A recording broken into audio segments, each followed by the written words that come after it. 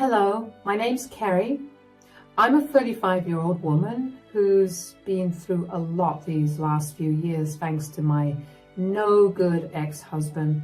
Thankfully, I never have to deal with him again, but I do want to share my story with whoever's willing to listen. I met my ex-husband Cooper when we were in college. We attended a community college because neither of us had the funds to go to a better university, and neither of us came from wealthy families. Right off the bat, we related to our struggles growing up in a way that made me feel very seen and understood, which was something I didn't get to experience much considering I was the middle child in my family. Anyway, Cooper and I dated throughout college, and after we graduated, we moved into an apartment together. Now, I took care of a huge portion of the bills because Cooper couldn't seem to find himself a job. I tried my best to help him out, but the jobs I found were either not up to his standards or too much work. I didn't complain about having to shoulder most of the bills because I loved Cooper, and I thought that he was just at a stage in life where he was trying to figure things out. In hindsight, I should have seen the warning signs and run away immediately, but here I am. A year after we graduated and moved in together, I ended up pregnant. At this point, I was terrified. I didn't have the resources to take care of Cooper myself and the baby, but luckily, Cooper stepped up and showed me that he was capable of being a great father. He got a pretty decent job and worked hard to save up for the baby. After we found out the sex of our baby, we were having a baby boy. I guess we actually realized how drastically our lives were going to change. And that's when it hit us that we hadn't gotten married yet. So Cooper proposed to me and we had a courthouse marriage just a few days later. Even though it was nothing big or extravagant, didn't mean that it wasn't the best day of my life, at least back then. My son, Chris, was born shortly after that at a healthy weight of 7 pounds and 6 ounces. One look at his precious face and I knew that there was no way that I was going to let anything or anyone hurt him. Cooper was an amazing father right off the bat. I never fought with him about his responsibilities, and he made sure to take care of me as well as the baby. I fell even deeper in love with him by this point. We were still struggling financially, but we were a lot happier than we were before. 2 years after Chris was born, Cooper's mom passed away. I wasn't exactly close to her, but she was a good woman. Chris was not close to his mother at all, but he still grieved her loss. The only good thing that came out of her passing was that she left Chris her house. That house had been passed down to her by Cooper's great-grandmother, so while it was a relatively new ancestral home, the only thing we really looked for was the fact that the house was fully paid off.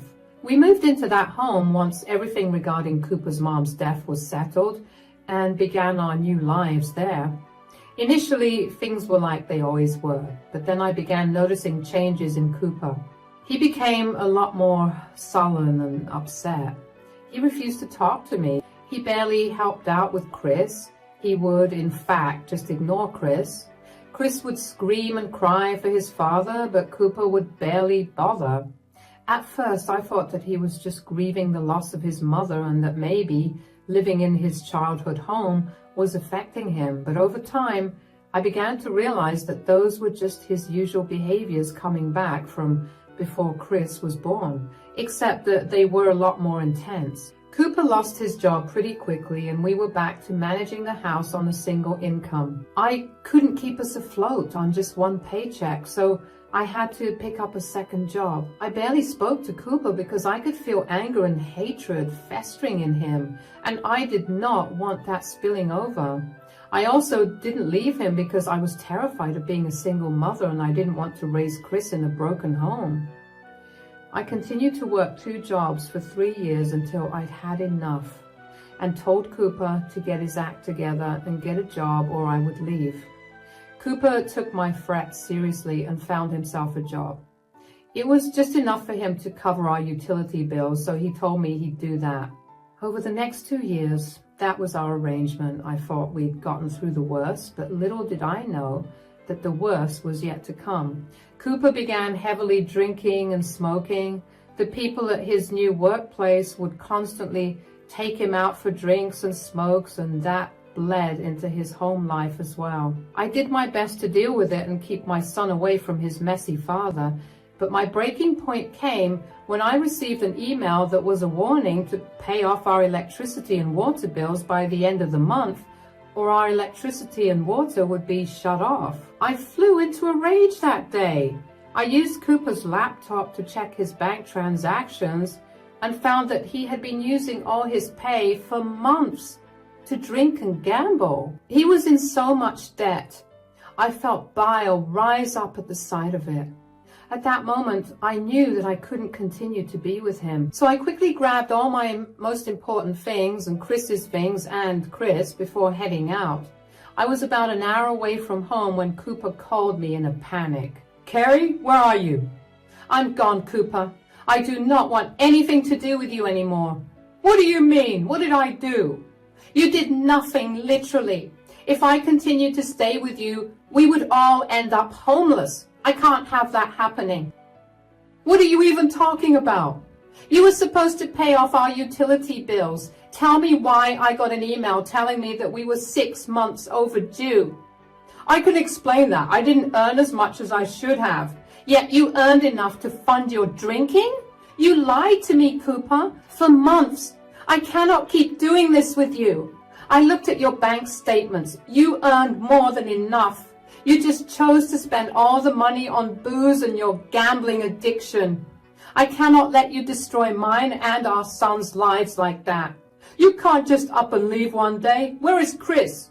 "He's safe with me." "You can't keep me away from my son that way." "Yes, I can. You're going to ruin him if he continues to be around you any longer. I don't want him to grow up thinking that the way you acted was normal and acceptable. Our boy should have a bright future ahead of him, and the only way he'll get that is if he's away from you." "You know that you legally can't do that, right?" "I know, but I have enough proof of your inability to take care of him so I can have temporary custody of him until we figure out the divorce." "Divorce? Are you seriously going to divorce me over a few unpaid bills?" "Those few unpaid bills are in the thousands right now. I do not have that kind of money to pay it off. They're going to shut it down soon and I need to get out. I left a good portion of the bill payment on the countertop, but you're going to have to figure the rest of it out. I cannot let you be a part of my life ever again." "Isn't there any way we can talk about this? Do you really want our child growing up in a broken home?" "I only stayed with you because I didn't want that. If it was up to me, I would have left you 5 years ago. But now I realize that being a part of a broken home is better than watching your parents hate each other." "You've gone mad. I will not let you get custody of Chris." "You don't get to decide anything. If you really want to get equal custody of Chris, you need to get your act together. No judge or jury will let you have equal custody of your son when you barely earn anything. Drink like a fish and gamble away all your earnings." "Just you wait. I'm going to win custody of Chris, and then I'm going to make your life miserable." "I'd like to see you wake up and not drink immediately first." Bye. I had no idea where I was driving, but I knew that I needed to get away from Cooper. As long as he had no idea where I was, I wouldn't mind. I ended up calling a friend who was more than happy to let me put up at her place for as long as I needed to get back on my feet. I stayed with her for almost 3 months before I finally had enough money to rent my own apartment. I then began saving up for the divorce. I knew that Cooper was not going to make things any easier for me, so I needed enough money to pay off a good lawyer. Thankfully, I managed to find a great lawyer who was willing to work for however much I could pay him. It took over a year to get the divorce settled, and once it finally was, I was given full custody of Chris. Cooper had no financial stability and had a history of drinking and gambling, none of which is a stable environment for a child. He was given visitation rights 1 weekend a month. I hated that, but I made peace with that. I continued to work hard until I managed to land myself a pretty good job that allowed Chris and I to live more than comfortably. Chris would visit his dad once a month, and while he wasn't the biggest fan of his father, he never made a fuss about it. I cut off all contact with Cooper, and unless it was to coordinate drop-off and pick-up times for Chris, I didn't bother to talk to Cooper. The arrangement worked for us for 5 years. However, in the 5th year, Chris was about 12 at that time, I began to notice Chris becoming rather scared of going over to his dad's place. I remember I talked to him about it once, but Chris just brushed it off. I didn't push it further and I forgot about it, which is something I deeply regret. This odd behavior of Chris's continued for a year and I never once questioned him again. I did my best to be there for him, but he made sure to push me away all the time. One particular weekend, I dropped Chris off at his father's at around 5 in the evening. However, at midnight, I heard loud bangs on my front door. I was terrified, but one look at my Ring camera and I felt better. It was Chris. That ease was quickly washed away with worry about why he was at my place at that hour instead of his father's. I was even more alarmed when Chris lifted his head and I saw that he was crying. "Chris, sweetie, what are you doing here? Where's your father?" "Mom, oh my God, why are you crying? Are you hurt?" I'm not hurt. I just, calm down, sweetie. Take a few deep breaths. You're okay. Mom's here with you. Take your time and tell me what happened. Come in and let me get you some hot chocolate. No, I need to tell you.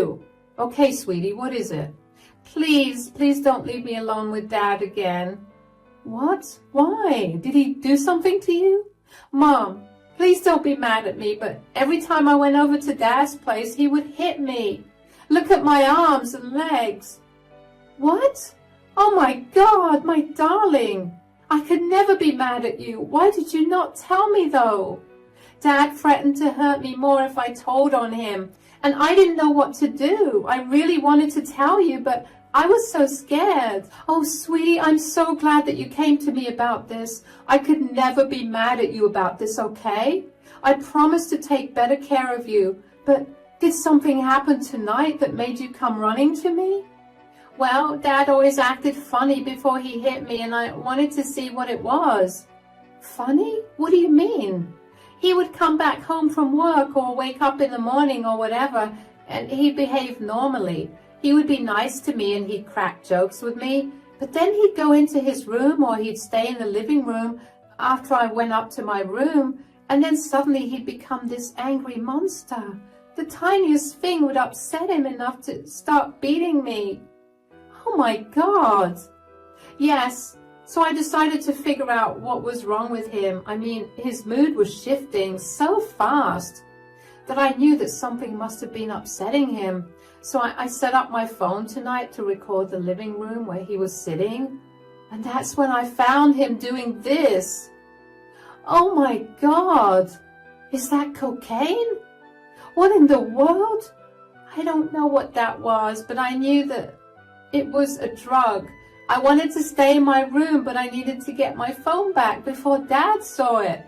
I went downstairs and Dad got mad at me for being up past 10, so he beat me up. I even caught that on the camera. But once Dad was done, I managed to get my phone back. I looked at the recording and managed to run away to you. Oh, sweetie, this is way too much for you to be dealing with. Don't worry about anything. I'll take care of this. But you definitely deserve hot chocolate tonight. Why don't you take a nice warm shower while I get that ready for you? Thank you for believing me, Mom.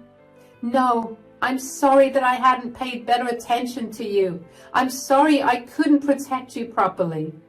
I know you'll protect me with everything you have now, so it's okay. I'll go take that shower now.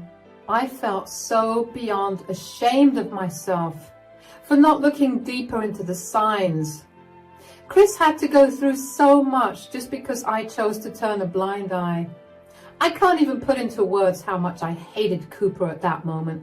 I wanted to go over to his place and rip him to shreds, but I knew that the right thing to do was to inform the authorities about Cooper's behavior and his drug use. Honestly, I would love to say that Cooper using drugs came as a shock to me, but it really did not.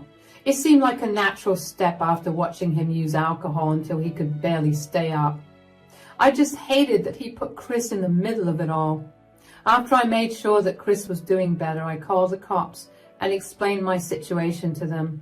I tried to get more information out of Chris just to make sure that I hadn't missed out on any important information, but Chris had nothing else to say. 15 minutes after I made the call, there was a knock on my door. There were 2 police officers standing there. I had Chris go up to his bedroom so I could talk to the officers. "Hi, ma'am. I'm Officer Calvin, and this is my partner, Officer Damon." "You called 911 about an emergency?" "Yes, my son. He was supposed to be at his father's house this weekend, but he ran away and came back here. When I asked him why, he told me that his father had been hitting him after doing drugs. I have no idea what kind of drugs, but they were definitely drugs." "Are you sure they were drugs, ma'am? And how do you know that drugs were involved in this?" "You and your son's father are divorced, right? How long has it been, and how old was your son at that time?" "Yes, my son's father and I got divorced 5 years ago. My son Chris was 7 years old at that time. And before you think about it, no, my son did not make up those stories. He showed me video evidence. He secretly recorded his father doing the drugs before his father hit him." "All right, can we see your son in the video?" "Of course. Chris, could you come down for a few minutes, sweetie?" "Yes, Mom. You called? Who are they?" "Sweetie, I called the police. I feel like they are the best ones to take care of this situation. They wanted to talk to you and to see the video you showed me." "Oh yeah, of course. Here's the video that I took." "That's your father?" "Yes, sir." "When did you take this video?" "Just a few hours ago." "How long has he been abusing you? And do you have any idea about how long he's been using drugs?" Dad was granted custody rights only 2 years ago, but he was good to me then. The abuse only started a year and a half ago, and I noticed his odd behavior around then. So I guess he's been using drugs for a year and a half, but I can't be entirely certain. "Well, we have some concerning news for you two. We've actually been looking into this man for a while now." I don't understand. What do you mean?" "For weeks now, we've been getting complaints regarding noises and late-night rendezvous at his place." "Rendezvous?" "A bunch of people have been coming over to his place late at night. After a little profiling, we've identified most of them to be various drug addicts. We've been suspicious that Chris's father was selling drugs, but we never had any concrete evidence of that." "But Chris, you've provided us with all the evidence we've been searching for. I'm so sorry that you had to go through all of that, but I hope you'll feel better knowing that you helped get a drug peddler off the streets." "It's okay, and it's nice to know that I could help somehow." "I'm a little confused. How is this video proof that Cooper is selling? I mean, it's proof that he's using, right?" "It is, but it gives us the chance to get a warrant to search his house. And I'm sure when we'll search his house, we'll find something. The warrant will be ready in an hour." "Why don't the both of you wait in my living room? In exchange, I want to be there with you when you walk into Cooper's place." "That is not a smart idea at all, Miss Rogers?" "Yes, Miss Rogers. We don't know how dangerous Cooper really is, and we can't risk you getting hurt." "I won't get hurt. I promise to not step foot in his home. I just want to talk to him. He laid his hands on my son, and I do not want to let him go scot-free that way. Please, I'm begging you." "Fine, but you cannot set foot into the house at all. At any sign of aggression from Cooper, we will pull you out of the situation. Do you understand?" "Absolutely." My heart was racing. Yeah, I expected Cooper to do drugs, but I never once thought he'd start selling or just in general doing very illegal things. I only got more terrified when I realized that Cooper had endangered Chris by bringing drug addicts into the house while Chris was there. I'm not one to be prejudiced against drug addicts. I recognize that it's a genuine disease. But what I do not agree with is exposing kids to adults who are unable to function because of how strung out they are.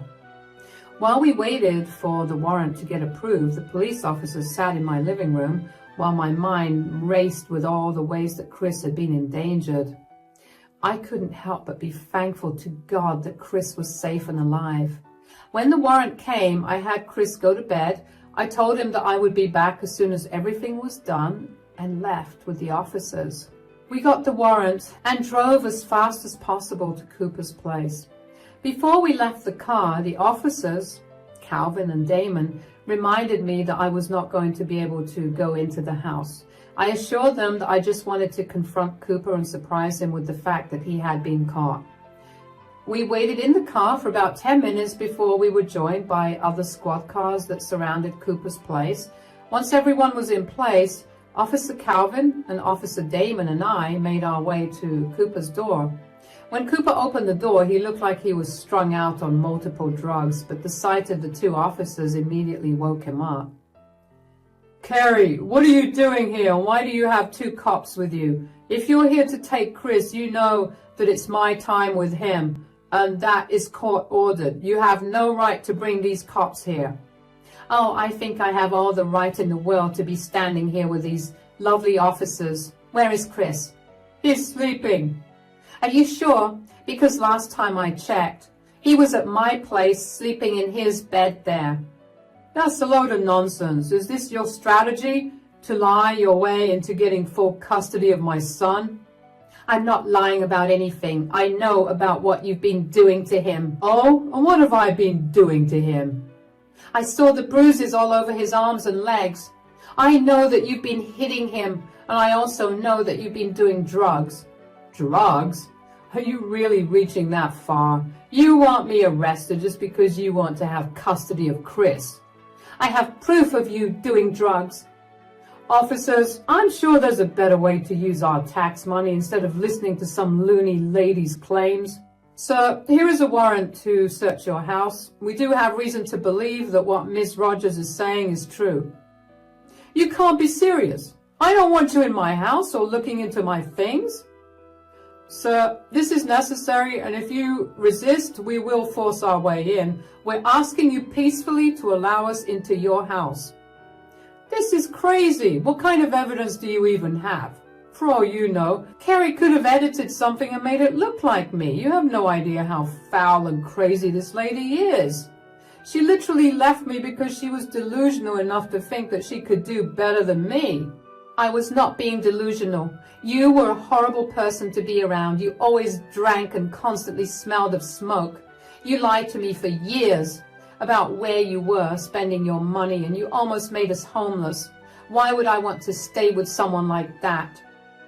"Regardless of your personal issues, there have also been reports by neighbors in this area of loud noises and late-night meetings happening at your place. That, coupled with the evidence that Miss Rogers brought us, has allowed us to make sure that there's nothing illegal happening here. If you truly haven't been doing anything bad in here, you have nothing to worry about. At best, we'd only request you to be careful with loud noises past 10 o'clock. "They're right, Cooper. If you have nothing to hide, let them in." "This is not about me hiding things. This is about my privacy being invaded." "Sir, this is a warrant to search your house. Feel free to read it, but we have to do our duty. If you'll excuse us now." Damon pulled me further away from the house and made me sit in the police car. He told me to not get out of the car unless explicitly told so. I assured him that I would stay put, and Damon ran into the house to help the rest of his colleagues. The policemen were in there for a fairly long time, and with every minute that passed, my heart beat faster. I couldn't help but worry that Cooper had somehow managed to get rid of all the evidence of his crime and was going to make mine and Chris's lives hell once this was over. Luckily, when the cops came out, they had Cooper in handcuffs and a pretty big bag that looked heavy. They found a good amount of drugs in Cooper's house, and when the cops found it, Cooper tried to run away. In his attempt to run away from his fully surrounded house, he injured two officers, which was another offense. It was only after I saw the cop car with Cooper in it drive away that I finally managed to calm my heart rate. Damon and Calvin came back to the car and checked in on me before driving me back home. Chris had been awake, waiting for me. I gave him the biggest hug and let him know that his father was arrested and was going to be away for a long, long time. Chris was so relieved that he began crying. I couldn't even imagine the kind of joy that my child must have felt, and I couldn't help but wonder how messed up it was that Chris was happy that his father was gone. Cooper messed up big time, and he was going to pay for it. The following months were nothing short of tiring. The first thing that happened was that Cooper was charged with a felony and was sentenced to 20 years in prison for that. Assaulting 2 police officers landed him with an extra 2 years in prison. Abusing Chris landed him an extra year, and he was sentenced to a total of 23 years in prison. Cooper looked defeated during those court hearings. I wish I could say that I felt sorry for him, but all I felt was immense anger and hatred towards him for what he did to Chris. I wanted him put away for as long as possible. After that, though, I had to work out the custody rights of Chris. Since Cooper was a felon, his parental rights were forfeited, and I became the sole custodian of Chris. Chris and I were beyond ecstatic about it, and we even went to Chris's favorite restaurant to celebrate that. Other than having his parental rights revoked, Cooper's home was also taken in by the government because of his surmounting loans. Cooper was going to have a rough time when he came out of prison, and I couldn't have been happier about that. I made sure to put Chris into therapy, even though he told me almost 1,000,000 times that he was doing completely fine. I still wanted to double check. Besides, there's nothing wrong with a regular therapy appointment.